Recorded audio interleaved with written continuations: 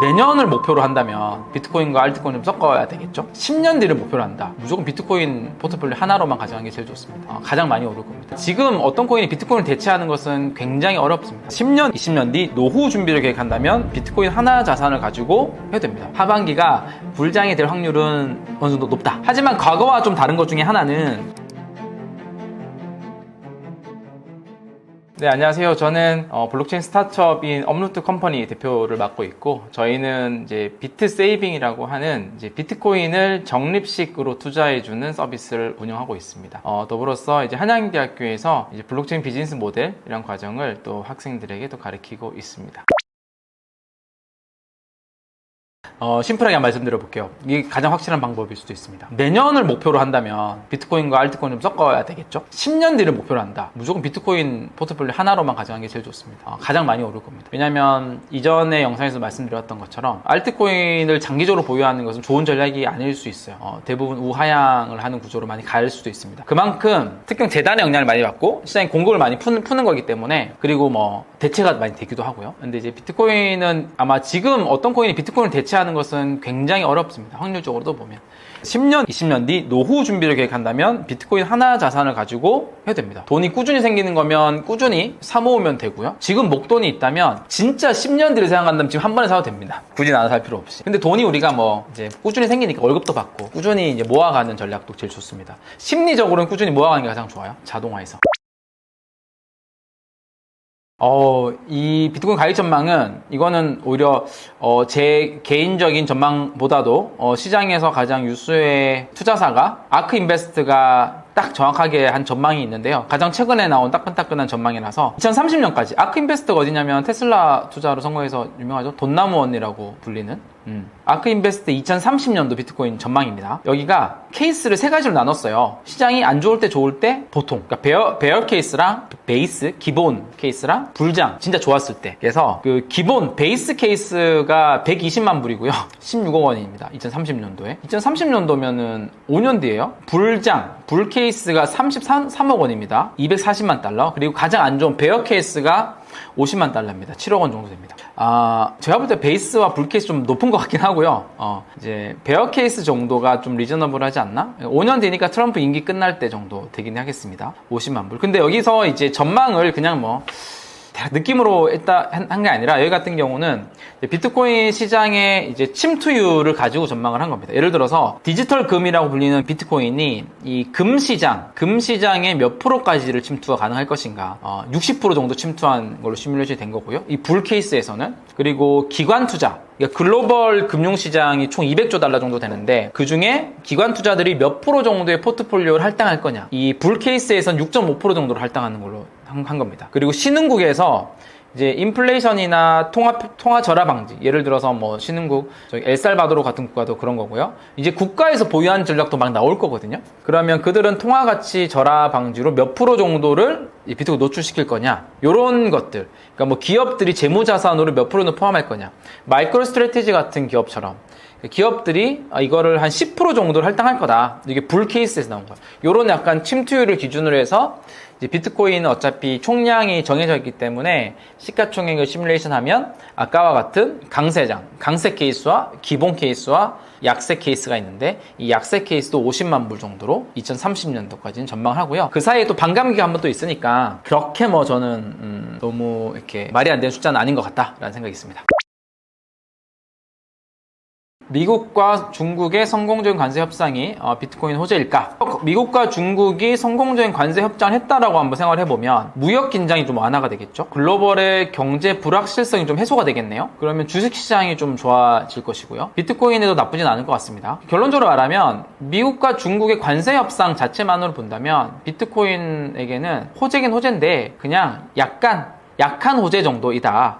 근데 막 직접적이고 굉장히 강력한 상승을 한 호재라고 보기는 어렵다. 오히려 직접적이고 강력한 상승에 대한 그런 호재는 거시경제 흐름들, 인플레이션이나 금리, 그다음에 뭐 지정학적 리스크나 뭐 기관이 채택한다거나, 기관 채택은 예를 들어서 뭐가 있을까요? 미국의 뭐 애플이나 주요 빅테크들이 비트코인을 재무 전략에 노출하기로 했다. 뭐 이런 것들이 직접적인 수요에 많이 연결되는 것 같고요. 관세 협상은 약한 호재 정도 볼 수 있지 않을까 좀 생각해 볼 수 있을 것 같습니다. 최근에 이제 트럼프 말보다 스콧 베센트의 발언이 더 중요하다는 얘기 좀 많이 들려오고 실제 무게감이 많이 실리고 있긴 하거든요. 근데 트럼프와 스콧 베센트 발언 둘 다 중요합니다. 다만 이제 트럼프의 말은 굉장히 과감하고 포퓰리즘적인 발언이 많이 좀 섞여 있긴 하잖아요. 갑자기 막 중국에 104% 관세를 막 때린다 그러고 뭐 전 세계 대상으로 공통 관세를 그냥 뭐 10에서 20% 다 보편 관세를 때려버린다 이런 약간 것들이 있다 보니까 이게 어떤 거를 좀 초래하냐면 좀 시장의 불확실성을 좀 초래하는 게 좀 있긴 합니다. 그렇게 해서 이제 문제가 된 게 국채금리가 치솟는 거죠. 장기 국채금리가 치솟게 되면 이런 불확실성 때문에 지난번 영상에도 말씀드렸지만 미국의 이제 부채 이자가 늘어납니다. 굉장히 부담이 되는 거죠. 미국 국채는 올해만 거의 9조 달러 정도가 상환이 돌아오거든요. 만기가 돌아오거든요. 그럼 국채를 롤오버 또 발행해야 돼요. 재발행을 통해서 전 빚을 갚아야 된단 말이에요. 근데 재발행을 해야 되는 빚의 이자 기준이 뭐냐? 장기 국채 금리가 기준이 되거든요. 근데 지금 돌아오는 빚은 이전에 우리가 코로나 때 양적 완화하면서 국채 발행했던 기준금리가 굉장히 낮은 빚이란 말이에요. 낮은 금리가 도래하고 더 높은 금리로 대출을 받아야 되는 상황이니까 빚을 내야 되는 상황이니까 이 장기 국채 금리가 되게 중요합니다. 근데 스콧 베센트가 이제 이런 상황 때 어째 딱 주목받았냐면 그 한참 국채 금리 치솟고 불안정할 때 90일 관세 유예 전략을 스콧 베센트한테 얘기하면서 그때부터 스콧 베센트 힘으로 좀 쏠린 것 같고요. 아무래도 스콧 베센트는 이제 월스트리트 출신이고 그래도 조금 더 뭐라고 해야 되냐, 조금 더 이제 구체적인 정책 메시지 또 시장 친화적이기도 하고 이런 것들을 하는 사람들이기 때문에 스콧 베센트에 좀 실리고, 근데 뭐 핵심은 그겁니다. 우리가 트럼프의 말이나 스콧 베센트나 여기에 너무 매몰되어 있는 게 아니라 미국이 가장 중요하게 생각하는 게 뭐냐? 국채 금리를 가장 중요하게 생각을 하고, 그리고 달러도 아마 약세를 가는 걸 추구를 하고 있거든요. 그런 것들이 좀 중요하고, 그런 이제 방향 아래서 어떻게 좀 중간중간에 어떤 플레이가 나와서 좀 해나가느냐, 그런 좀 포커스를 맞추면 좋을 것 같습니다. 먼저 그 반감기 주기 보면 이 참고 지표로 보면 돼요. 반감기 주기라는 게 뭐냐면 그 반감기가 있었던 해 한 12개월에서 18개월 뒤에 불장이 온다라는 거거든요. 실제로 보면 2020년도 5월 달이 반감기였어요. 그래서 그 12개월 뒤인 2021년도 하반기에 불장이 왔었죠. 고점이 그때 있었으니까. 그리고 그 전에 2016년도도 반감기였죠. 1년 뒤인 2017년도 하반기 때 완전 불장이었죠. 2012년도에도 반감기였고 2013년도 하반기 때 불장이었거든요. 그러니까 여기 3번 정도의 과거 패턴을 가지고 이제 반감기 주기라고 얘기하는데, 반감기 주기대로라면 올해 하반기에 강세 주기는 맞습니다. 첫 번째. 두 번째, 그 불장이 되려면 조건들이 좀 필요해요. 2021년도를 보면 11월 달에 고점을 터치했어요. 그리고 원래 더 가도 되는 여러 가지 환경이었는데 갑자기 그때 고점으로 2022년도 하락장으로 완전 접어든단 말입니다. 완전 산에서 숨 고르기 하고 정상 가는 게 아니라 완전 하산을 해버린 거예요. 왜 그랬을까 보면 그때 이제 인플레이션에 대한 우려가 되게 커서 금리들을 급격히 올리는 조치를 할 수밖에 없었어요. 그래서 매크로 환경들이 되게 중요하다는 겁니다. 시장인 돈 다 걷어들이기 시작했거든요. 그러면 올해 하반기의 환경이 이 매크로 환경으로도 시장의 유동성을 더 많이 공급할 수 있는 환경이냐, 아니면 금리 인플레이션의 우려 때문에 막 금리를 더 올리고 막 이런 환경이냐, 요것도 되게 중요한데 이게 불장의 조건이거든요. 저는 이제 올해 하반기는 아마 글로벌적으로 유동성, 통화량이 더 증가를 하는 환경이고 금리도 이제 더 인하를 하는 환경이기 때문에 이것도 이제 좀 약간 충족한다라고 좀 볼 수 있는 것 같아요. 이러니까 약간 반감기 주기로 봤을 때도 그렇고 이 불장의 조건으로 봤을 때도 그렇고 하반기가 불장이 될 확률은 어느 정도 높다라고 좀 저는 생각을 하고요. 하지만 과거와 좀 다른 것 중에 하나는 알트코인이 아마 과거쯤 다 갈까? 이거는 선별적으로 갈 가능성이 높습니다. 선별적으로. 그 선별적인 알트코인 잘 잡아야 되는 거죠. 두 번째, 지난번 영상에도 말씀드리긴 했는데 이제 불장인데 이게 약간 비트코인이 완만하게 상승하는 시나리오 갈 거냐, 아니면 진짜 급등하는 시나리오 갈 거냐, 요 두 가지거든요. 급등하는 시나리오 가려면은 우리가 기대하고 있는 하반기 매크로 환경보다 훨씬 더 많이 금리 인하하고 훨씬 더 많이 긴축을 빨리 당겨야 되고, 그리고 미국 이외 국가들도 통화정책 완화를 통해 시장에 돈을 많이 풀어야 된다고 생각을 해요. 이거는 이제 매크로 환경이 어떻게 될지 모르니까 이런 조건일 때는 좀 급등한 환경이 되긴 하겠죠. 여기서 급등이라고 하면 20만 불 이상 가는 흐름이고요. 이게 급등하게 되면 이제 내년에 좀 조정을 많이 받을 수 있을 것 같습니다. 만약 완만하게 올해 하반기 상승하면 내년까지 상승의 흐름들이 좀 이어갈 수 있다라고 좀 생각을 합니다. 완만하게 상승한다는 얘기는 한 12만 불에서 15만 불 정도로 올해 하반기 가는, 이래나 저래나 올해 하반기는 지금보다는 좀 성장할 것 같다, 이렇게 좀 예측해 볼 수 있을 것 같습니다. 질문 주신 게 이제 뭐 최근에 자주 나온 뉴스이긴 한데 신고 없이 이제 85조 원이라는 돈이 거래가 됐다. 강남 한복판에서 이제 코인 환전소 곳곳에서 영업 중인데 뭐 이런 상황에 대해서 여쭤보셨는데요. 먼저 이게 내용을 뉴스에서는 되게 이제 단편적인 것들을 많이 다루는데 주로 이 거래된 이제 암호화폐가 이제 스테이블 코인이라고 하는 겁니다. 달러 기반의 스테이블 코인. 스테이블 코인은 뭐 가격이 안정화된 이제 암호화폐고요. 그게 달러 기반으로 되어 있다는 겁니다. 달러 가격에 맞춰져 있는. 그래서 최근에 이 달러 기반 스테이블 코인이 글로벌적으로 굉장히 많이 주목도 받고 있고 사용도가 높아지고 있어요. 특히 이제 미국 같은 경우는 이 트럼프 행정부가 이 달러 기반 스테이블 코인을 하나의 국가 전략으로 삼을 정도로. 근데 이게 암호화폐다 보니까 기존 금융망을 통하지 않고도 암호화폐를 주고받을 수 있잖아요. 개인 간 지갑을 통해서. 그 수요가 굉장히 한국에서도 늘어나고 있다. 이렇게 또 볼 수가 있어요. 이거를 뭐 단순히 우리가 도박을 했다, 뭐 불법적인 걸 했다, 이런 면에 좀 포커스가 맞춘 이렇게 기사이긴 하지만 또 다른 면을 봐야 될 것은 이게 지금 글로벌적인 큰 흐름이고 한국에서도 이것에 대한 수요가 굉장히 높구나, 이렇게 좀 봐야 되는 면이 있고요. 근데 그게 왜 달러 기반 안정화된 스테이블 코인을 거래하는 수요가, 예를 들어서 우리가 해외에 있는 뭐 자녀한테 이제 돈을 보낼 때나 무역에 쓸 때나 또는 투자를 할 때는 여러 가지 용도로 쓰고자 하는 수요는 많은데, 이거를 한국에서 원화를 이 달러 스테이블 코인으로 바꾸는 약간 양성화된 곳이 사실 그게 덜 마련돼 있다라고 저는 보거든요. 그러니까 예를 들면 개인 같은 경우는 암호화폐 거래소를 통해서 뭐 돈을 넣고 암호화폐 거래소에 계정을 만들 수 있고, 이거를 달러 기반 스테이블 코인, 보통 우리 테더가 대표적이거든요. 테더를 USDT죠. 바꿔서 이걸 해외에 보내기도 하면 이 내역들이 다 기록에 남아요. 추적도 가능하고. 근데 우리가 암호화폐 거래소에 지금 뭐 법인이나 기관이 계좌를 만들 수 있는 것도 아니고, 실제 기업이나 좀 큰 규모 금액 같은 경우는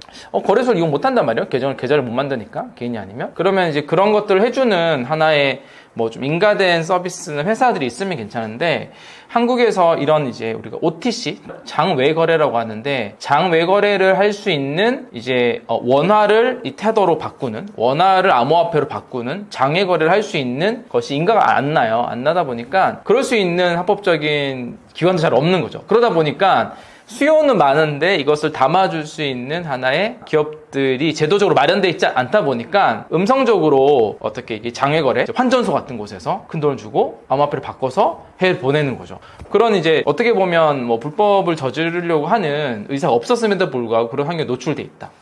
근데 여기서도 정확히 짚어보면 이제 우리가 외환관리법이 있잖아요. 해외에 이제 1만 달러 이상을 송금하거나 할 때는 다 신고를 해야 되는데, 암호화폐 같은 경우도, 그러니까 스테이블 코인 같은 경우도 1만 달러 이상 할 때는 신고를 하긴 해야 되는데, 이게 이제 추적을 하기가 되게 힘든 한계가 있다 보니까, 그러다 보니 지금 오늘 여쭤보신 것처럼 수요는 많다 보니 이런 음성적으로 일반 환전소에서, 그 환전소 중에서 불법도 있겠죠. 거래되는 수용이 많아졌다. 그래서 이런 것들을 좀 담아줄 수 있는, 양성화할 수 있는 좀 제도나 이런 것들이 마련이 필요하다. 이렇게 조금 생각이 들었습니다. 보고.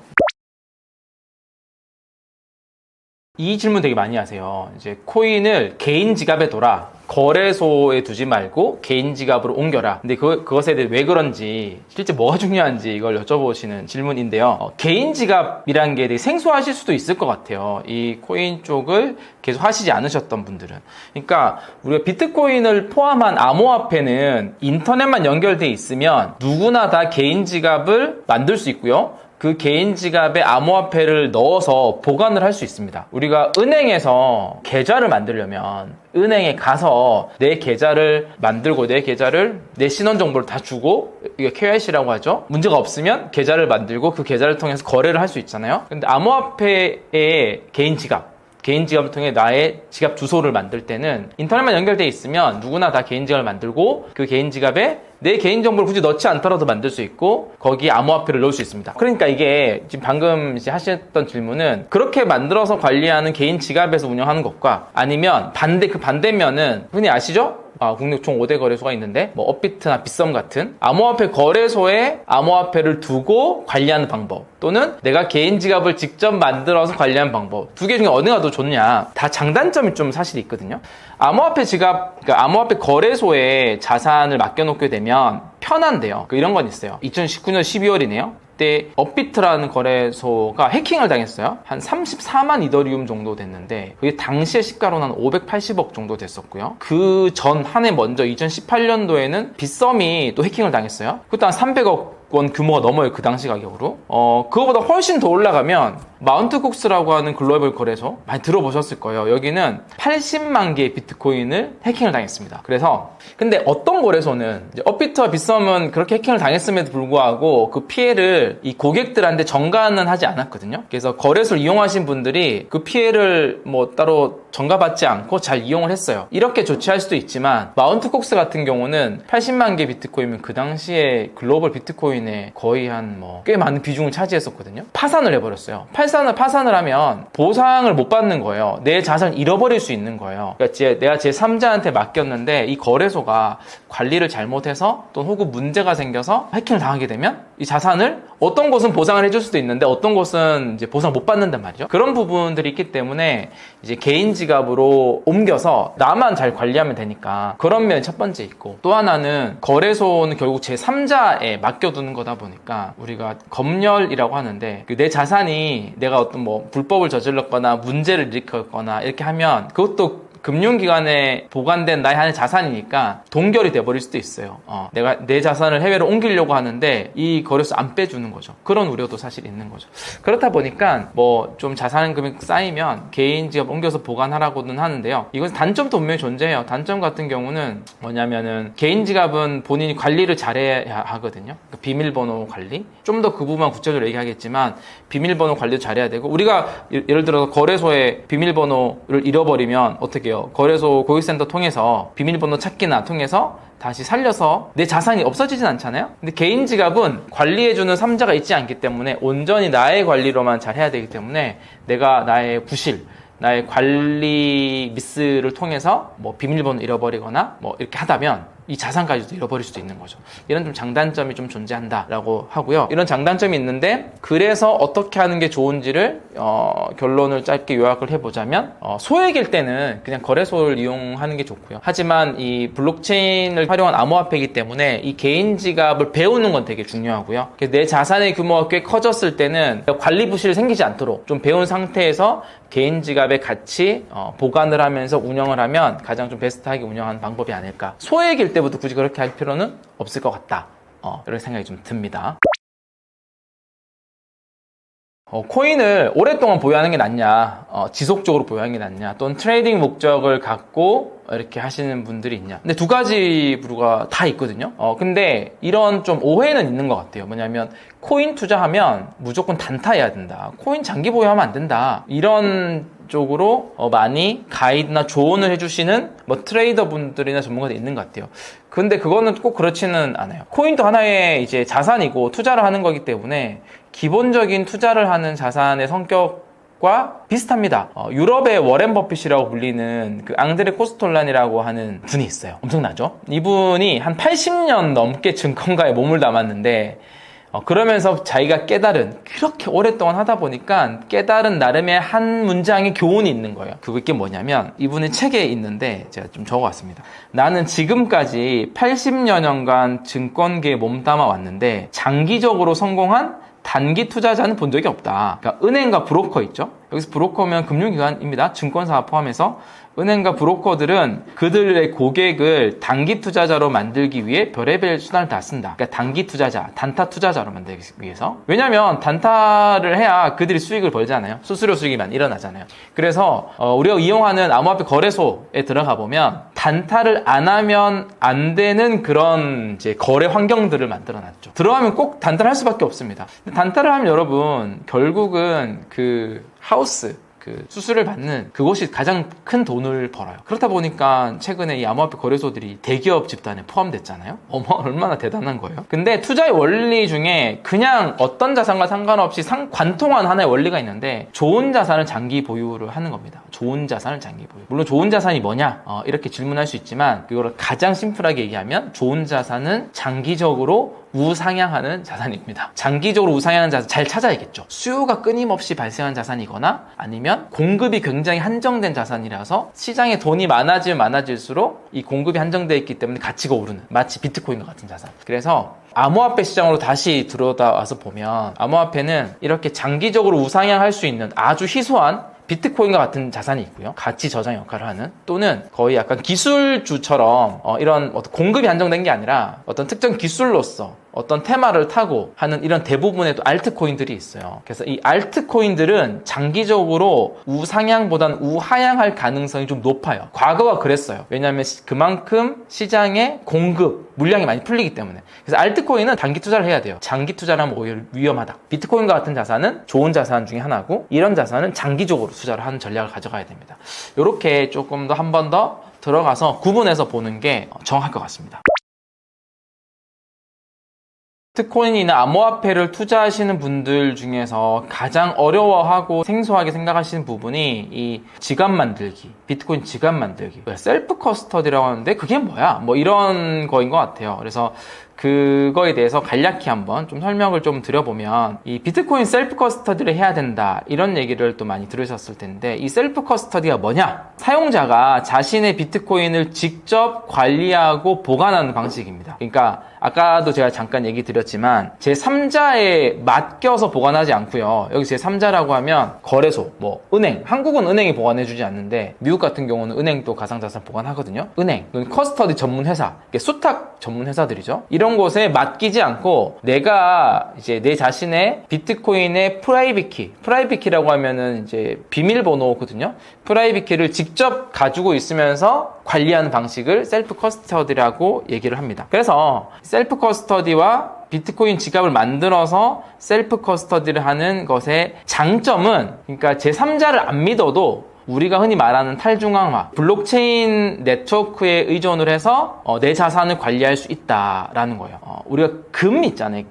금을 예로 들어보면 금이 투자하기 위해서 금 ETF에 투자할 수도 있고 실물금을 가지고 있을 수도 있잖아요. 근데 금 ETF에 투자하는 거는 편하죠. 편한 대신에 하나의 금융사에서 실제로 금을 관리하고 그것에 대한 증권을 받는 거기 때문에 하나의 금융자산이고, 그 자산은 내가 있는 국가에서 뭔가 범죄를 저지르거나 문제를 일으키거나 했을 때 언제든지 동결이 될 수 있고, 또는 내가 문제를 일으키지 않더라도 국가 차원에서 비상 상황이 생겼을 때, 뭐 전쟁 같은 거 생겼으면 이런 금융자산들은 동결이 될 가능성이 높습니다. 언제 어떤 상황에서 내가 찾을 수 있는 건 아니죠. 근데 실물금은 다르죠. 내가 금고에 넣어둬 있는 실물금은 언제 어떤 상황에서라도 실물금 내가 움직일 수 있죠. 옆에 있으니까. 그래서 우리가 고액 자산가들이나 이런 분들은 이런 금융 등기된 자산이 아니라 이렇게 그 실물 자산들을 실물 금처럼 이런 거 들고 있는 거잖아요. 약간 비슷한 개념이긴 합니다. 비트코인을 거래소에 두고 있는 거는 내가 직접 보관하고 있는 게 아니라 거래소 위탁해서 보관하고 있는 거고, 비트코인을 셀프 커스터디, 내 개인 지갑을 만들어서 들고 있는 거는 내가 실물금을 우리 집에 금고에 둔 것처럼 그런 효과가 있습니다. 내 지갑에 두고 있으면 트럼프가 오더라도 지갑에 갖고 있는 비트코인을 뭐 동결하거나 갑자기 뺏거나 이런 거 할 수 없는 거죠. 그렇게 좀 구분을 하면 되지 않을까? 근데 아까 말씀드렸지만 그런 장점이 있는데, 이제 관리에 대한 책임은 온전히 자기한테 있으니까요. 집에 금고에 금을 넣어놨는데 금고 키를 잃어버리면 이 금을 못 빼잖아요. 뭐 그럴 때는 금을 어떻게라도 부셔서라도 빼긴 하겠죠. 근데 이제 비트코인을 개인 지갑에 넣어놨는데 그 개인 지갑에 넣어놓은 나의 개인 키, 비밀번호를 잃어버리면 이걸 찾아줄 사람이 없어요. 그래서 본인이 관리를 부실을 하게 되면 오히려 더 큰 리스크도 있으니까 이런 장단점이 좀 존재를 합니다. 그래서 중요한데 이런 특징들이 좀 있다. 이런 구분을 좀 해보면 좋을 것 같은데요. 비트코인 지갑이라고 하면 아마 영화 같은 데서 보면 이렇게 USB 같은 곳에 비트코인을 담아서 누구한테 주기도 하고, 또는 이제 이게 내 지갑이라고 하고 뭐 인터넷, 컴퓨터 연결해서 비트코인을 보내기도 하고 이런 모습도 보셨잖아요. 그래서 마치 그 비트코인 지갑 안에 비트코인이 들어있을 것 같은, 물리적으로 들어있을 것 같은 약간 착각을 하게 되는데, 실제로 이 비트코인 지갑 안에 비트코인이라는 게 물리적으로 저장되어 있진 않아요. 그러니까 비트코인은 이 블록체인이라고 하는 디지털 장부 위에 이 기록된 데이터입니다. 데이터인데 이게 인터넷상에 존재를 하는 거죠. 그러니까 지갑은 비트코인을 담는 주머니가 아니라 그 인터넷상에 기록된 비트코인에 대한 데이터를 지갑에는 비밀번호가 담기거든요. 프라이빗 키. 이 프라이빗 키를 활용해서 이 데이터를 기록을 쓰는 역할을 하는 겁니다. 전송을 한다라는 개념인 거죠. 그래서 비트코인 지갑은 그렇고, 이거를 이제 우리가 보통 비트코인 지갑이 있고, 그 다음에 프라이빗 키라고 하는 게 있고, 뭐 공개 키라고 하는 게 있고, 지갑 주소 여러 가지가 있잖아요. 이거 이렇게 편하게 설명을 좀 해드려 보면, 비트코인 지갑 주소는요, 비트코인 지갑 주소는 은행으로 보면 계좌번호와 같습니다. 지갑 주소는. 그리고 비트코인 프라이빗 키라는 게 있어요. 개인 키라고도 불러요. 프라이빗 키는 우리 은행으로 따졌을 때 비밀번호와 똑같습니다. 비밀번호가 있어야 은행 계좌에서 돈을 보낼 수 있잖아요. 그러니까 우리 프라이빗 키를 갖고 있어야, 개인 키를 갖고 있어야 비밀 키라고도 부르고요. 비밀 키를 갖고 있어야 이제 그 비트코인 지갑 주소에서 제 친구한테 비트코인을 보낼 수 있는 겁니다. 그래서 그러면 이제 우리가 돈을 비트코인 받을 때는 지갑 주소를 알려주면 되죠. 우리 계좌번호를 알려주는 것처럼. 근데 돈을 누구한테 보낼 때는 이 비밀 키를 가지고 승인을 해줘야지만 돈을 보낼 수가 있어요. 근데 이 비밀 키를 보관하는 보관하는 장소가 비트코인 지갑입니다. 안전하게 보관하는 장소. 그게 구분되어 있고, 아마 공개키라고 하는, 여기 질문에 개인키와 공개키의 차이점이 뭔지 물어보시는 것처럼 공개키란 게 나오는데, 사실 공개키를 일반인들이 그렇게 막 알 필요는 없는데, 개인키가 비밀키이고요. 이 개인키를 가지고 만드는 게 공개키고, 이 공개키를 가지고 생성하는 게 지갑 주소입니다. 그러니까 지갑 주소를 만들려면, 우리가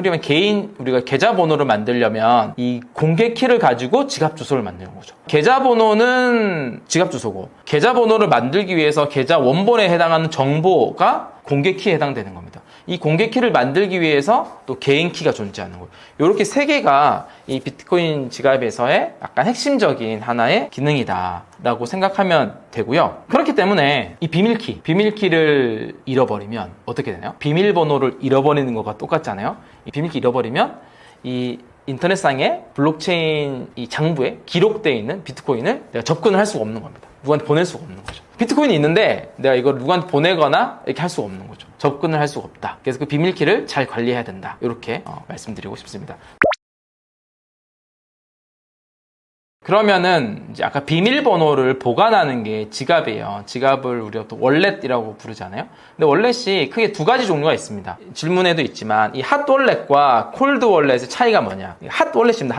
핫월렛은 인터넷에 연결되어 있는 지갑이고요. 콜드월렛은 인터넷과 분리되어 있는 오프라인 지갑입니다. 그 각각의 지갑은 이제 이 프라이빗 키, 나의 비밀번호를 저장하는 하나의 형태인 거고요. 그럼 두 개 중에서 뭐가 더 안전할까요? 핫월렛과 콜드월렛. 딱 생각해보면 인터넷과 분리되어 있는 게 뭔가 안전해 보이잖아요?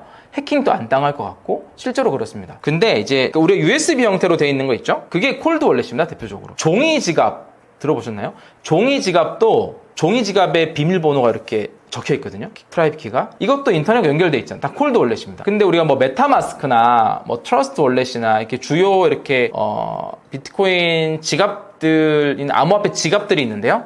이거는 대부분 이제 핫월렛, 소프트 월렛이라 해서 인터넷에 연결되어 있는 지갑입니다. 그래서 우리 법에 보면 거래소들이 고객의 자산을 이렇게 보관을 하잖아요. 그래서 거래소는 이 고객의 자산 중에 80% 이상은 콜드월렛에 보관을 하세요. 인터넷과 분리되어 있는 지갑에 보관을 하세요. 즉 해킹을 당하더라도 이 나머지 핫월렛 정도로만 노출되게 이라는 거고, 그럼 핫월렛을 하지 않고 다 콜드월렛에 보관하면 되지 않냐 라고 질문을 하겠지만, 그러면 콜드월렛은 단점이 번거롭죠. 불편하죠. 왜냐하면 하나하나 이 자산을 전송할 때마다 이 오프라인에 있는 이제 이 콜드월렛을 갖고 와서 또 연결을 해서 전송을 해야 되니까 좀 불편한 부분이 있습니다. 그래서 이제 좀 더 편의성을 위해서 핫월렛을 같이 좀 활용하는 면이 있고, 근데 핫월렛에 너무 보유비용이 높게 되면 해킹에 좀 위험을 하니까 그렇게 나눠서 관리하라는 게 또 이제 법에 있는 가이드고 구분할 수 있습니다. 근데 이런 질문 또 많이 하세요. 콜드월렛을 잃어버리면, 아마 이렇게 암호화폐 지갑 한다고 콜드월렛을 이렇게 갖고 있는데 이거를 분실해버리면 비트코인 어떻게 되냐, 이런 질문을 좀 하시네요. 그게 똑같은 질문이 뭐냐면, 그 아까 비밀번호 개인 키 있잖아요. 개인 키를 잃어버리면 어떻게 되나요? 이랑 같은 질문입니다. 같은 질문인데 개인 키를 잃어버리면 그 블록체인에 기록된 비트코인이 없어진 건 아니죠. 있는데 거기에 접근을 할 수 없는 거잖아요. 접근을 할 수 없기 때문에 우리가 그 개인 키를 찾으면 잃어버렸다가 어딘가에서 또 찾으면 다시 이용할 수 있습니다. 근데 개인 키 자릿수가 문자 숫자열로 돼 있어서 되게 깁니다. 그래서 이걸 외울 수는 없고요. 그래서 보통 이제 개인 키를 복구하기 위해서 시드 문구가 이렇게 최초의 지갑을 만들 때 부여가 되는데 이 시드 문구는 보통 단어로 되어 있고 0단어로 주로 되어 있고 12자리에서 24자리의 0단어로 이렇게 되어 있습니다. 그래서 이 시드 문구를 가지고 이 개인 키를 복구할 수 있어요. 약간 느낌이 뭐냐면 우리 인터넷 서비스 같은 가입할 때 비밀번호 만들 때 힌트 입력하라고 그러잖아요. 힌트 이러면 내 고향은 이렇게. 그래서 비밀번호 찾기 할 때 그런 힌트들을 좀 넣으면 나중에 비밀번호 찾기가 쉽게 바로 나오기도 하잖아요. 본인을 확인하기 위해서. 물론 시드 문구와 그런 똑같은 원리는 아니지만 비슷합니다. 최초 지갑을 만들 때 이제 개인 키는 어차피 이제 긴 문자로 돼 있어서 이거 못 외우기 때문에 이 시드 문구 형태로 주고요. 시드 문구는 평소에는 사용할 일이 없고 이 개인 키를 복구할 때만 시드 문구를 적습니다. 그래서 다시 정리하면 개인 키를 잃어버렸더라도 콜드 월렛을 잃어버렸더라도 이 USB 형태 지갑을 잃어버렸더라도 그러면 개인 키를 잃어버린 거거든요. 이 시드 문구만 잘 갖고 있으면 새로운 콜드 월렛을 사서 이 시드 문구를 가지고 복구를 하면 됩니다. 그래서 새로운 지갑을 사면 너 새롭게 만들래? 아니면 기존에 있는 걸 복구할래? 그래서 이 시드 문구를 가지고 복구를 하면 내가 보유하고 있는 비트코인에 접근을 할 수 있어서 누구한테 보낼 수 있게 되는 거죠. 그래서 시드 문구를 갖고 있으면 괜찮다 이거고요. 그럼 시드 문구를 잘 관리해야겠죠. 보통 시드 문구를 이렇게 종이에 적어서 안전한 데 좀 보관을 하거든요. 이걸 잘 보관을 해야 되고 시드 문구랑 개인 키를 둘 다 분실하면 어떻게 되나요? 이런 질문도 있어요. 둘 다 분실하면 답이 없습니다. 둘 다 분실하면 접근할 수 없습니다. 비트코인이 2100만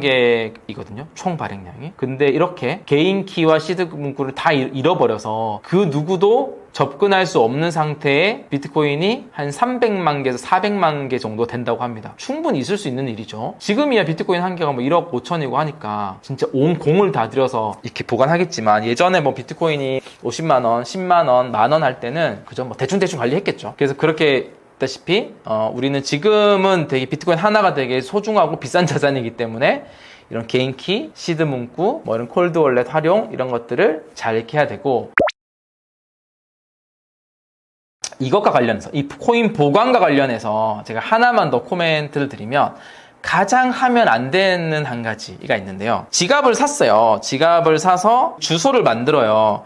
그러면 이 시드 문구 12자리 또는 24자리를 딱 주어지거든요. 그래서 이걸 종이에 적어요. 종이에 적으라고 돼 있거든요. 1번 뭐 애플, 2번 뭐 이렇게 주어진 거 딱 적어요.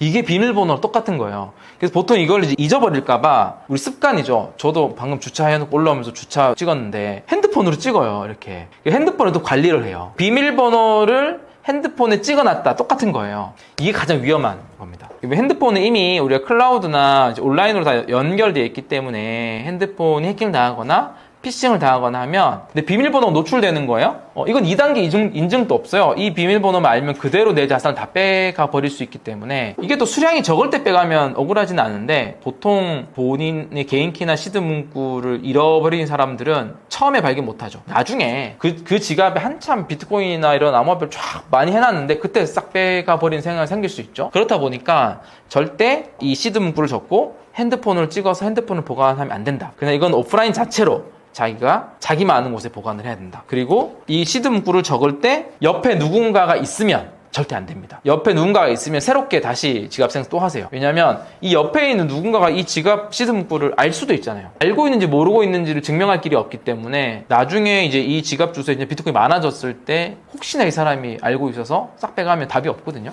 범인을 잡을 수도 없고 뭐 그런 부분이 있습니다. 그래서 이런 부분들을 되게 조심하면 좋다라는 것을 좀 말씀드리고 싶습니다. 중국과 러시아가 비트코인으로 에너지 결제를 한다고 합니다. 미국, 중국, 러시아의 계산들이 어떻게 있을까? 그죠? 각각의 니즈들이 있죠. 각각의 다른 니즈를 가지고 비트코인을 활용하는 겁니다. 이게 비트코인이 특정 나라의 자산이었으면 이게 불가능하죠. 비트코인의 가장 큰 장점은 중립적인 자산인데 검열 저항성이 있어요. 그 어떤 국가도 비트코인 결제를 한다고 할 때 막을 수가 없어요. 그리고 가치 저장의 수단까지 있단 말이에요. 그런 비트코인 특징 때문에 각각의 국가들이 좀 다른 니즈를 갖고 있다. 먼저 중국의 계산은 뭐냐면, 중국은 이 미국 주도의 스위프트 시스템, 금융 결제 시스템이랑 달러 기반 결제 시스템 같은 말이죠. 이 전반적인 시스템에 벗어나려고 되게 노력을 하고 있어요. 그러니까 미국 금융 제재에 대비를 하는 거죠. 러시아 딱 보면 러시아 저렇게 당하고 있는데 안 되겠네, 우리도 뭔가 대비를 해야겠네. 근데 중국의 꿈은 이제 위안화를 글로벌 기축으로 만든 것일 텐데, 위안화 결제 시스템을 만들면 될 텐데, 그러려면 그 글로벌 각국이 위안화를 보유를 해야 되잖아요. 근데 글로벌 국가가 위안화를 그렇게 보유하기 쉽지 않죠. 투명하지 않는 거죠, 어떻게 보면. 미국에 대비해서 중국이 어떻게 위안화 절상 절하를 막 할 수 있는데, 그 위안화를 아무리 중국이 시장이 크다 하더라도 이 기축 통화를 대체할 정도의 위안화에 대한 신뢰도는 없습니다. 근데 미국 달러 결제 시스템은 좀 대비를 하고 싶고요. 그러니까 떠오르는 게 비트코인입니다. 이런 부분이 있고, 그래서 브릭스 국가들 어디가 있나요? 중국, 러시아, 브라질, 몇 개 국가들이 있죠. 이 브릭스 국가들끼리 뭔가 우리끼리 결제하는 시스템을 만들어야 되지 않냐, 결제 수단이 있어야 되지 않냐. 근데 위안화로 하기엔 좀 한계가 있고, 그래서 우리끼리 쓸 수 있는 어떤 결제 수단, 암호화폐 수단을 만들자, 이런 얘기들 오가는 것도 같은 얘기이기도 합니다. 러시아 같은 경우는 제재를 회피하기 위함이죠. 러시아 우크라이나 전쟁이 일어난 뒤에 스위프트망에서 빠졌죠. 그리고 미국이 금융 제재를 강하게 실행을 했죠. 그러니까 러시아는 이미 에너지나 이런 것들을 공급을 하면서 돌아가야 되는데 이 제재를 받고 있다 보니까 제재를 회피하기 위한 수단. 근데 비트코인을 주고받는 건 가능하니까요. 왜? 비트코인 검열 저항성 때문에. 그 거래 자체를 미국도 막을 수 없는 거거든요. 그렇다 보니까 제재 회피에 대한 수단으로 되게 필요한 걸로 보입니다. 제재를 우회하는 실용적 도구로 좀 활용을 하는 거죠. 미국은 비트코인을 어떻게 활용을 하려고 하냐, 이전 영상에도 좀 말씀드렸던 것처럼 달러가 국제 무역의 한 88% 정도 차지해요. 근데 이걸 유지를 시켜야 되는 거예요, 금융 패권을. 근데 만약에요, 이 비트코인이 중국이나 러시아가 먼저 이 자산을 장악을 한다면, 쉽게 얘기하면 보유나 이 자산 한다면 미국 입장에서 굉장히 큰 타격일 수 있습니다. 막을 수 없기 때문에 그런 거예요. 그렇다면 우리가 이 자산을 주도적으로 확보하자, 이게 좀 깔려 있는 것 같고요. 중국이 할 거면 우리가 먼저 하자. 트럼프 대통령이 이 컨퍼런스에서 발표할 때도 그런 얘기를 먼저 하죠. 이거 가만 놔두면 중국이나 러시아가 먼저 한다, 우리가 먼저 해야 된다. 없앨 수 있다면 없앴겠죠. 그리고 기존의 달러 시스템을 가면 되니까. 근데 그렇게 불가능하죠, 이 자산은. 그거를 미국은 안 것 같고요. 그렇습니다. 그리고 이제 아까 얘기했던 이제 부채 위기 위기를 해결하기 위해서 비트코인을 전략 자산화하는 부분도 있는 것 같습니다. 이렇게 비트코인이나 스테이블 코인 포함해서요, 미국이 제도권화를 하면서 막 부양을 시키면 이것에 가장 무서워하고 힘들어하는 국가가 있어요. 중국과 같이 폐쇄적인 환경의 국가들입니다. 자본 유출을 철저히도 싫어하는 국가들입니다. 비트코인, 그래서 미국의 이제 중국의 고액 자산가들이나 자산을 해외로 빼고 싶어도 쉽지 않아요. 못 빼요. 근데 비트코인이라는 수단, 또 블록체인 기반의 스테이블 코인이 있다면 자산을 해외로 뺄 수 있거든요. 그러니까 중국은 이 자산이 너무 싫은 거예요. 그래서 과거에 2014년, 그다음에 뭐 2021년도 그랬고, 비트코인이 한 번씩 이렇게 시장에서 뜨거워질 때마다 진 누르는 게 중국이었죠. 못하게 하는 거예요. 중국 인민들은 너무 좋아하는데 중국은 결국은 이 자기 국가의 이제 이 시스템을 유지하기 위해서라도 비트코인 같들이 활성화되면 자본 유출이 심화되기 때문에 어렵습니다. 이런 부분에 어떻게 보면 미국이, 저는 그런 표현 많이 썼는데, 이 트로이의 목마처럼 비트코인과 스테이블코인 충분히 활용할 수 있다. 중국을 압박을 하기 위해서 그런 부분으로 아마 미국은 활용하고 있다고 좀 생각을 합니다. 그래서 단순히 이게 이제 뭐 에너지를 결제를 비트코인 한다, 와 비트코인이 결제가 되네, 뭐 어떤 것을 결제, 이런 차원을 넘어서는 좀 문제라고 좀 봐야 될 것 같습니다. 네. 미국이 이제 달러 스테이블 코인도 키우고요, 비트코인도 뭐 전략 자산화를 하면서 키운다고 하잖아요. 그럼 두 개는 과연 어떻게 관계가 있냐? 또 혹자는 뭐 달러 스테이블 코인 되니까 비트코인이 힘이 잃어간다, 이 똑같은 논리로 과거에 CBDC가 양성화될 것이니까 비트코인은 망할 것이다, 뭐 이런 것과 비슷합니다. 근데 CBDC와 비트코인은 전혀 다른 성격의 자산이기 때문에 크게 저건 없고요. 스테이블 코인과 달러 기반 스테이블 코인과 비트코인은 상호 보완적인 관계가 되긴 합니다. 왜냐하면 비트코인은 가치 저장의 수단의 역할이 크게 가지고 있거든요. 발행량이 한정이 되어 있다 보니까 가치 저장이 되고, 가치 저장이 되니까 장기적으로 우상향하는 그림이 나오고 인플레이션 해지를 할 수 있고, 이런 속성들이 있습니다. 달러 스테이블 코인은 가치 변동성이 없고, 그렇다 보니 결제 수단으로서, 결제 교환 수단으로서 너무 좋은 수단인 거죠. 두 가지의 속성이 좀 다른 거죠. 상호 보완적인 관계가 일어날 것이고, 물론 달러 스테이블 코인 시장이 커지면 그 수요가 비트코인 시장으로 많이 넘어오겠죠. 이렇게도 좀 생각을 해볼 수 있을 것 같습니다. 6월 달에 비트코인 시장을 어떻게 예측하냐? 저는 이 크립토는 크립토 시장 내에 어떤 내재적인 변수만 보면 판단하기가 좀 어렵다고 봐요. 결국은 비트코인도 작년에 이제 미국의 현물 ETF가 승인이 되면서 전통 금융 자산과의 이 연결성이 굉장히 높아졌거든요. 그래서 뭐 심지어는 ETF에 돈이 많이 유입되면 비트코인은 오르고 빠지면 떨어지고, 아마 이 상관성이 가장 높을걸요? 적어도 지난 1년을 보면. 그러니까 ETF 시장은 결국 주식시장인 거고, 이 주식시장이 어떻게 움직일 거냐, 또는 한 단계 더 나아가면 글로벌 매크로 환경이 어떻게 움직일 거냐, 시장에 돈이 많아질 거냐 적어질 거냐, 이런 환경들이 비트코인 시장을 예측하는데 되게 중요한 하나의 변수가 됐습니다. 그래서 올해 하반기에 결국은 6월 한 달로 찝어서 전망하기엔 되게 쉽지 않습니다. 특정 한 달로 가격을 전망하는 거, 그런 분이 있다면 그런 거는 거르셔야 됩니다. 어떻게 특정 한 달로 이 비트코인 다양한 변수가 있는 거를 전망할 수 있겠습니까? 설마 특정 한 달 또 반감기가 12달이 지났다, 반감기가 되고 뭐 18개월이 지났다, 그래서 오를 거다, 뭐 이런 전망을 하면 더 걸러야 되는 거죠. 매크로 환경은 아마 한 달로 전망하기는 힘들고, 하반기에 이 매크로의 돈의 환경이 좀 어떻게 가냐, 이렇게 좀 본다면 하반기에는 아마 지금보다 금리가 더 인하될 것이고요. 아마 인하되는 정도, 한 2번 정도 인하되는 것, 2번 정도 인하되면 0.5% 인하죠. 요 정도는 이미 지금 가격이 반영돼 있다고 보는 거고요. 만약 0.5%, 2번 인하가 아니라 갑자기 소비자 물가도 잡히고 경기 우려가 조금 더 심해지고 여러 가지 이유 때문에 금리를 더 빨리 낮춰야겠네, 이런 상황이 된다면 뭐 3번, 4번 금리가 0.5%가 아니라 1% 이상 인하되는 이런 예상이 되면, 그때는 비트코인이 아마 훨씬 더 폭등을 할 것이고요. 만약에 금리가 2번 정도 인하된 환경이면 완만한 상승 정도, 이렇게 구분할 수 있을 것 같고, 그거를 이제 굳이 금액적으로도 한번 예상을 해보면 하반기에 아마 시장의 예측대로 약간의 금리 인하가 되고 양적 긴축이 좀 축소가 되고, 근데 미국은 그렇게 하더라도 미국 이외 국가들은 지금 뭐 관세 이슈 포함해서 통화 완화를 좀 할 수밖에 없거든요. 경기들이 힘들기 때문에 금리 인하하고, 그렇기 때문에 글로벌 M2들은 증가를 할 겁니다. 그런 환경이기 때문에 아마 상승적인 기준은 맞을 텐데 어느 정도일 거냐, 완화적인 흐름, 기대한 정도로만 만약에 간다면 한 12만, 15만 불 정도일 거라고 좀 예상이 되고요. 만약 지금의 하반기 예상했던 기대 이상으로 어떤 금리 인하나 양적 긴축이나 또 글로벌 M2나 또 경기 위기에 대한 우려나 이런 거 나온다면 확실히 20만 불까지 빠르게 상승할 수 있는 동력도 있지 않나. 두 가지, 완화적인 흐름에 대한 예상, 급등하는 현상. 근데 완화와 급등을 왜 또 이걸 봐야 되냐면, 약간 이제 이게 완만한 상승이 나오면 2026년까지 아마 상승이 이어져 갈 가능성이 큽니다. 근데 이게 급등이 나오게 되면 내년이 좀 조정을 받겠죠. 예를 들어 급등해서 20만 불 가잖아요? 그럼 내년에 한 10만 불까지 다시 조정 받습니다. 근데 이제 만약에 12만 불, 뭐 15만 불 이렇게 좀 이제 완만하게 좀 다지면서 올라가잖아요? 그러면 내년까지도 뭔가 상승을 좀 이어가 볼 수 있는, 그렇게 시장을 좀 보면 좋을 것 같습니다.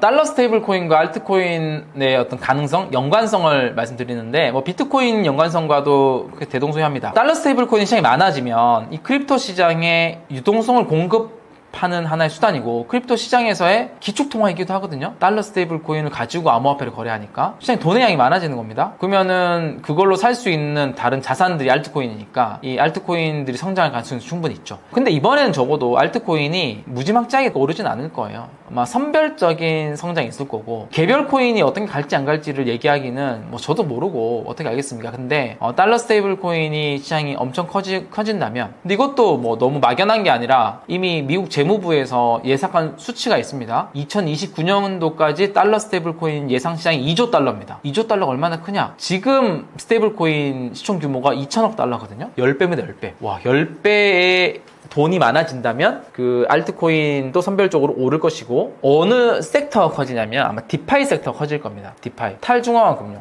결국은 이 스테이블 코인을 가지고 뭐 하냐면 탈중앙화 거래소 거래하고, 이 탈중앙화 금융 환경에서 스테이킹하고 렌딩하고, 이제 우리가 그 법정화폐인 달러를 가지고 전통 금융시장에서 주식도 사고 파생상품도 하고 대출도 받고 이렇게 했던 것처럼 이 달러 스테이블 코인을 가지고 이 탈중앙화된 이제 금융 환경에서 똑같은 것도 다 합니다. 그러니까 그 섹터가 되게 커지겠죠. 디파이 섹터 저는 기대합니다. 그런 면에서 그렇게 아마 좀 연결이 될 것 같습니다.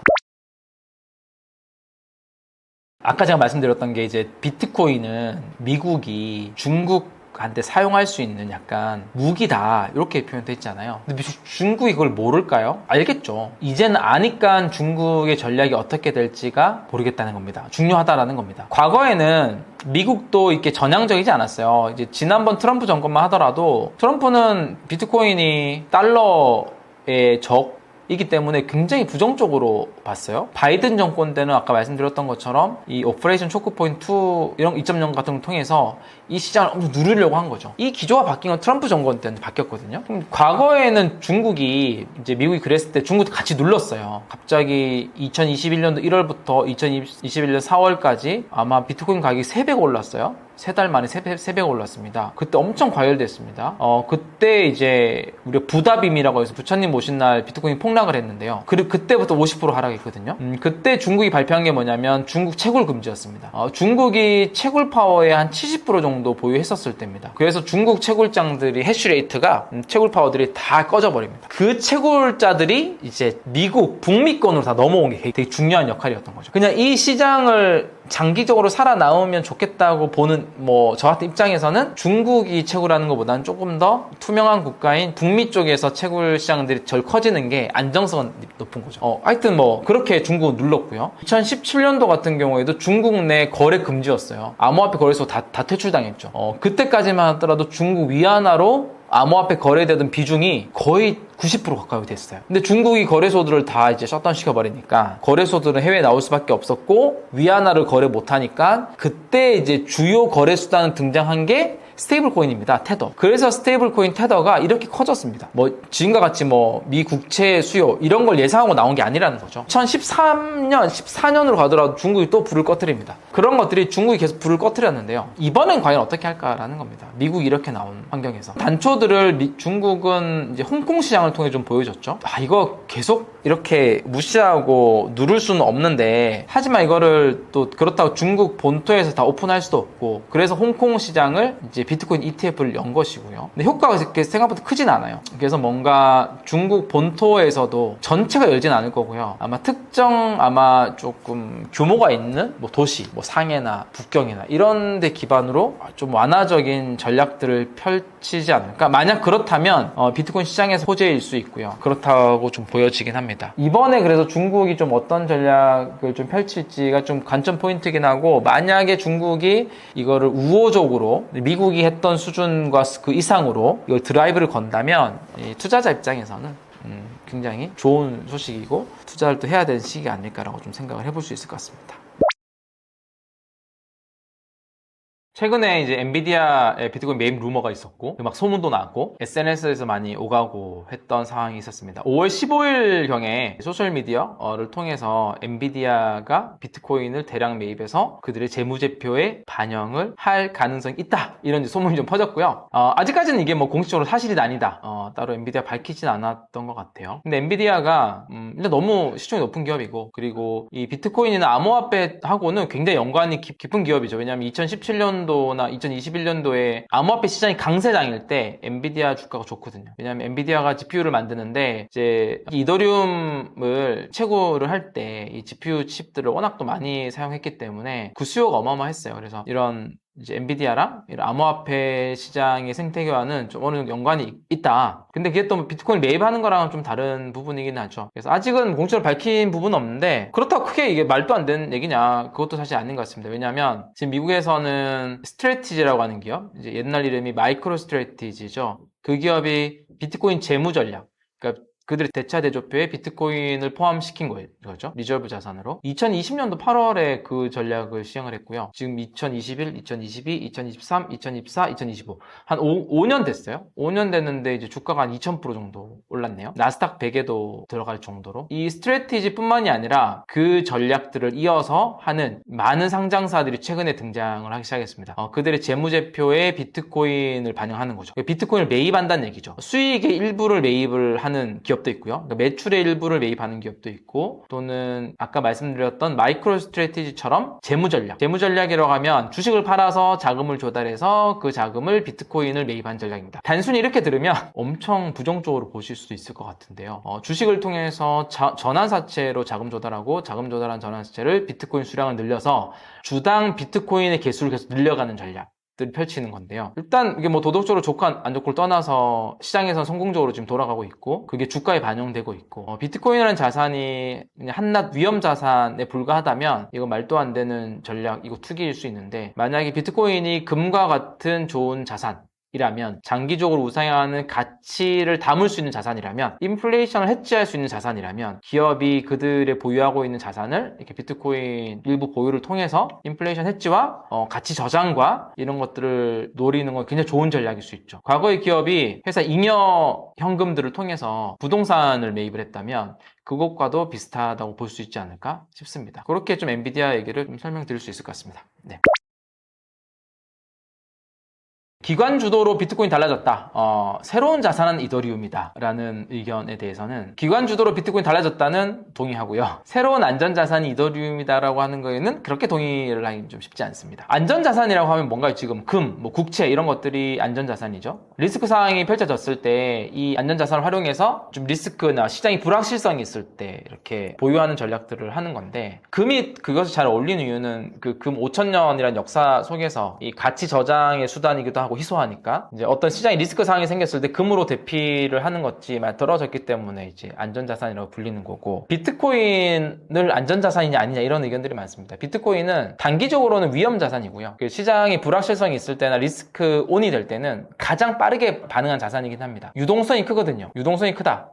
24시간 365일 언제 어디나 거래할 수 있거든요. 시장이 불확실해지면 비트코인이 가장 먼저 움직이긴 합니다. 안 좋아지면 떨어지고요. 좋아지면 오르기도 합니다. 이더리움도 어떤 면에서는 똑같은 특성이 있는데, 비트코인과 같이 어떤 가치 저장의 수단이나 그런 성격과는 좀 다릅니다. 이더리움은 좀 기술주의 성격이 좀 더 있다고 봐야 될 것 같고요. 기술주다 보니까 나스닥 주식과 좀 비슷한 성격이 있다. 또 하나의 비유로 보면, 비트코인은 디지털 금이라고 표현하죠. 가치 저장의 수단이고, 디지털 금이라고 표현할 때 비트코인을 가장 이해하기 쉬워하는 것 같아요. 이더리움은 디지털 금이라는 수준보다는 약간 디지털 오일, 원유는 결국 이제 무엇을 만들거나 무엇을 할 때, 자동차 하나를 움직일 때라도 원유가 쓰이는 거예요. 기름이 쓰이는 거예요. 그러니까 이더리움은 하나의 플랫폼이고, 이더리움이라는 플랫폼을 사용할 때는 이더리움이라는 자산이 필요합니다. 거기에 사용되는 이더리움 자산이기 때문에 이더리움은 거대한 하나의 플랫폼이고, 그 플랫폼 안에서 이제 디지털 원유처럼 하나의 그 플랫폼 사용료로 내는 게 이더리움이니까 안전자산으로 좀 보기 힘들다. 이더리움 플랫폼이다. 이 웹3나 이 디지털 자산이 많이 활용되는 시기에 그 디지털 자산을 담을 수 있는, 발행하고 활용할 수 있는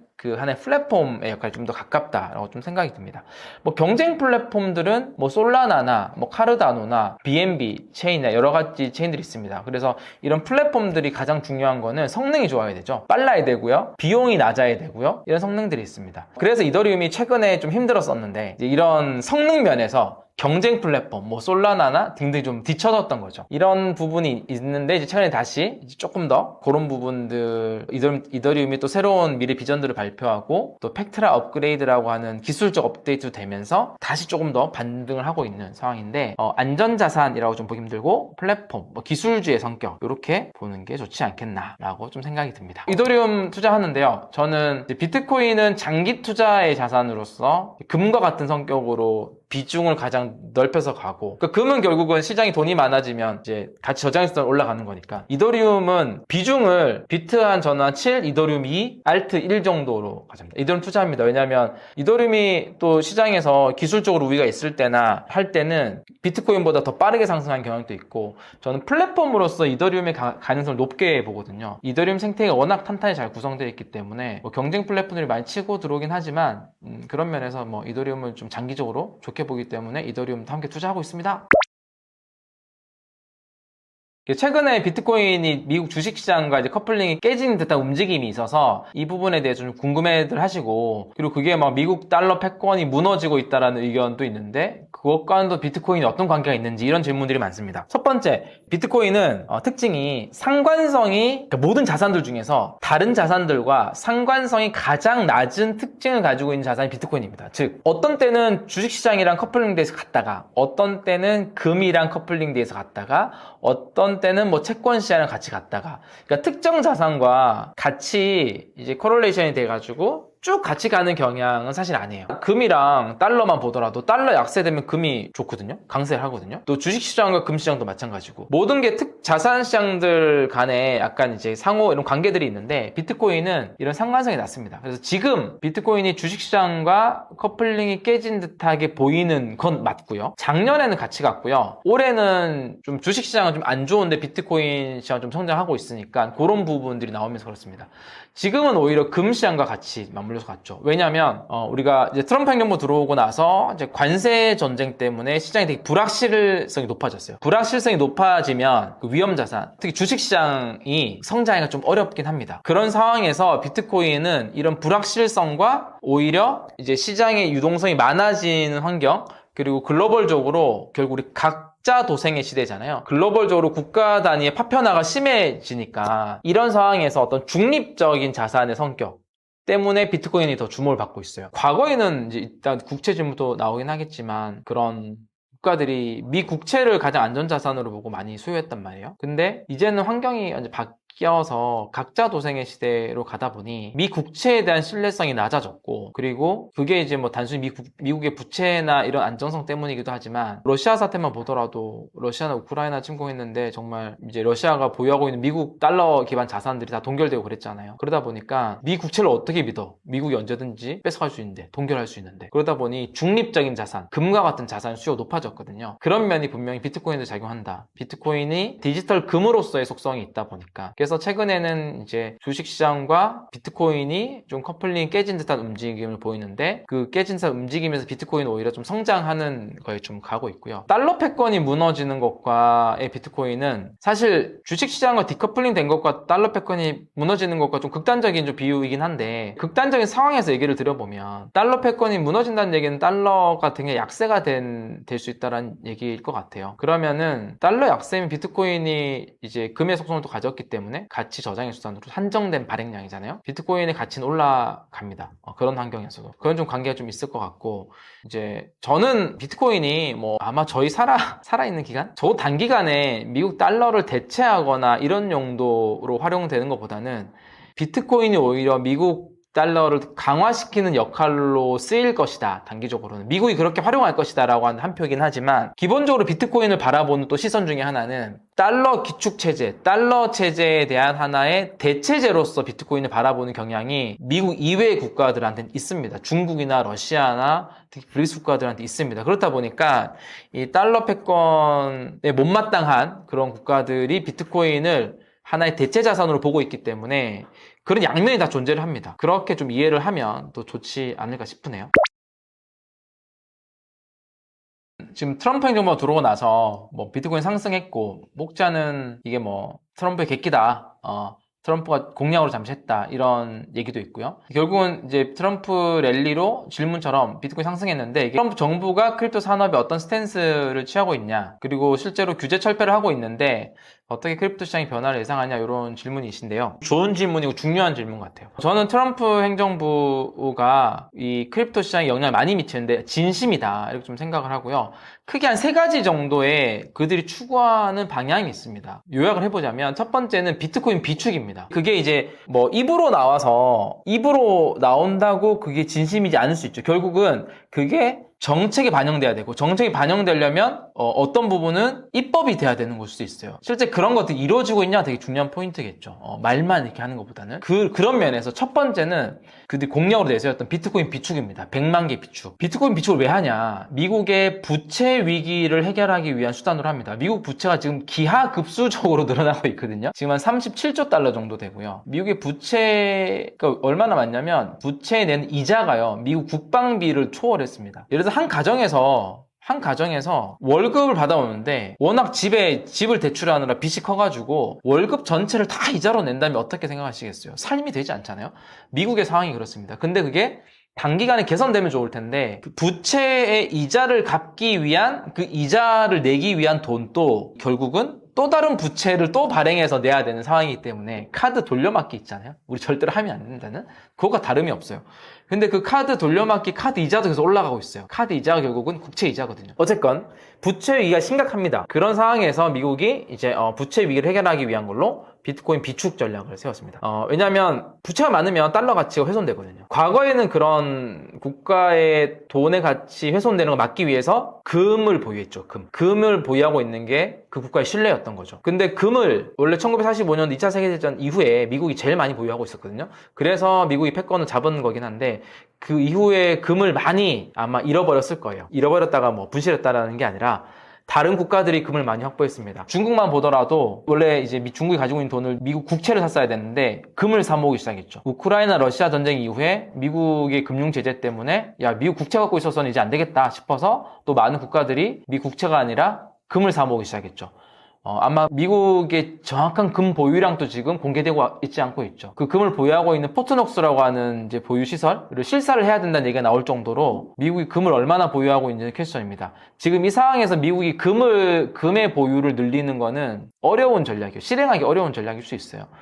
그래서 그 어떤 달러에 대한 신뢰를 뒷받침하기 위해서 디지털 금, 비트코인은 지금 규제나 어떤 프레임워크만으로도 이 초기 시장이니까 규제를 완화해 주는 것만으로도 미국이 간접 보유할 수 있는 환경을 되게 많이 만들 수 있거든요. 이미 미국은 ETF를 승인해서 이런 상장사, ETF 운용사, 또 미국에 또 압수해서 보관하고 있는 비트코인 비축 물량 포함해서 거의 330만 개가 넘는 비트코인을 보유하고 있어요. 간접적으로. 미국의 통제 권한이 있는 거죠. 비트코인 전체 발행량 16%입니다. 근데 그게 올해도 더 늘어날 거고요. 지금 가속도가 붙고 있어요. 그래서 비트코인을 확보할 수 있는 여력은 미국이 되는 것 같아요. 초기 시장이라서 그런 것 같습니다. 금을 확보하는 것보다. 그래서 비트코인 비축은 그런 의미에서 접근하고 있고요. 두 번째는 스테이블 코인입니다. 스테이블 코인을 얘네들이 하려고 하는 이유는 진짜 이게 큰 변화이긴 하죠. 달러 기반 스테이블 코인. 아까 이제 미 국채를 사줘야 되는데 금을 산다 그랬잖아요. 다른 국가들이. 미 국채 수요가 줄어들었어요. 근데 미 국채 수요가 줄어들면 국채 이자가 오릅니다. 국채 이자가 오르면 미국의 부채 부담이 너무 증가해요. 새로운 부채를 발행할 때 이자가 올라가거든요. 우리가 뭐 가정에서 뭐 5년 전에 빌렸던 주담대